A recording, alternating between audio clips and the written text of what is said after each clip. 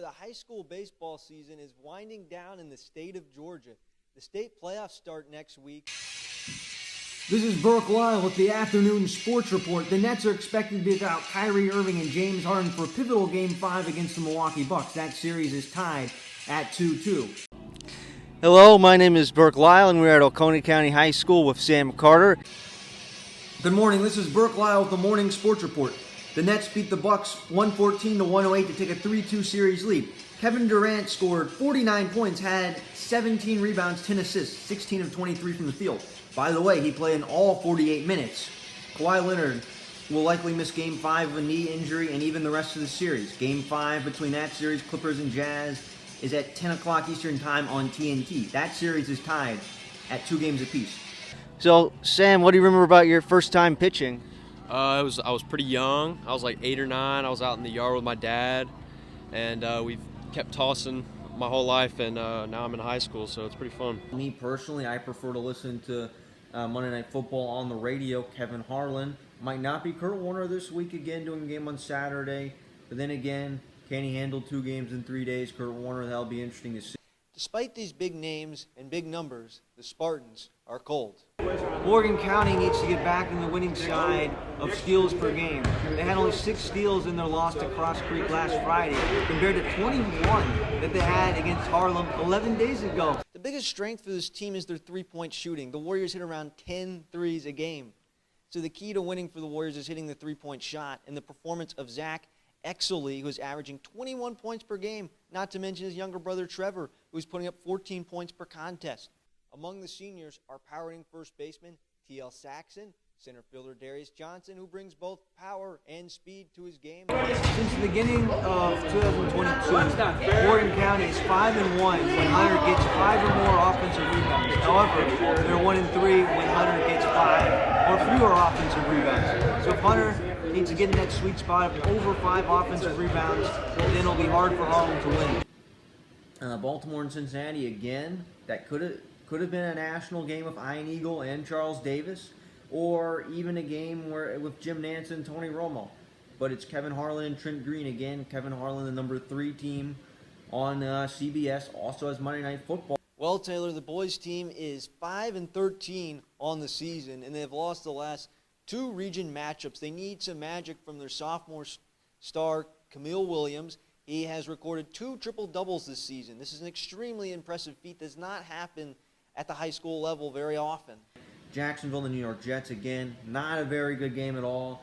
Jaguars and the Jets is Spiro Ditas and Jay Feely. Spiro Ditas, once upon a time, looked to be a rising star in the business again, is a successful broadcaster. Again, a lot of people would want to be Spiro Ditas. Gets to call March Madness games, do or die games, including the 4-1 day in the first round, but not quite the Sweet 16 and Elite 8. Gets to call NFL games. Gets to call NBA playoff games for Turner. Has a role. Does some NBA TV games. Usually those Monday night games. So again, a successful broadcaster. A lot of people want to be Spiro Ditas. Joe Davis, it would be interesting as he's in his early 30s. If we'll continue to climb the Fox ladder and eventually do events like the Super Bowl and or the World Series in addition to his high-profile role with the Dodgers. The New York Rangers hired Jared Gallant as their new head coach, sources say. Gallant coached the Vegas Golden Knights to a Stanley Cup final back in 2018 before being let go in January of 2020.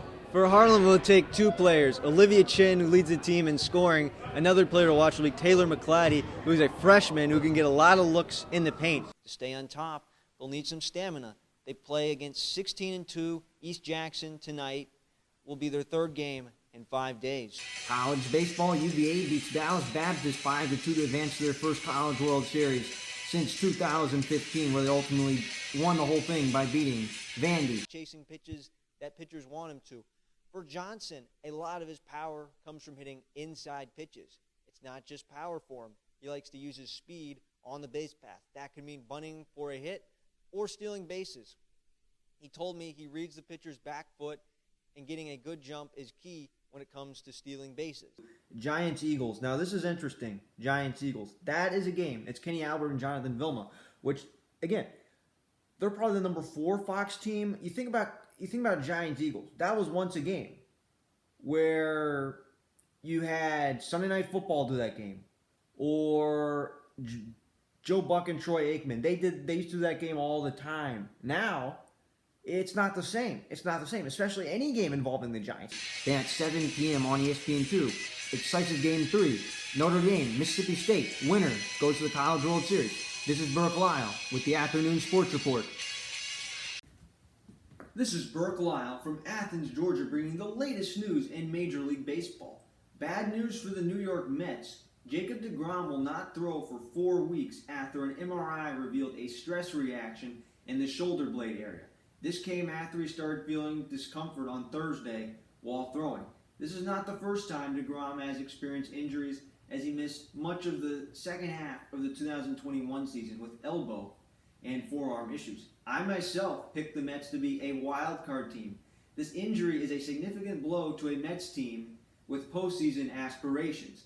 While the Mets have Max Scherzer in the rotation as well, how does the rest of the rotation fare in this competitive NL East? This is Burke Live.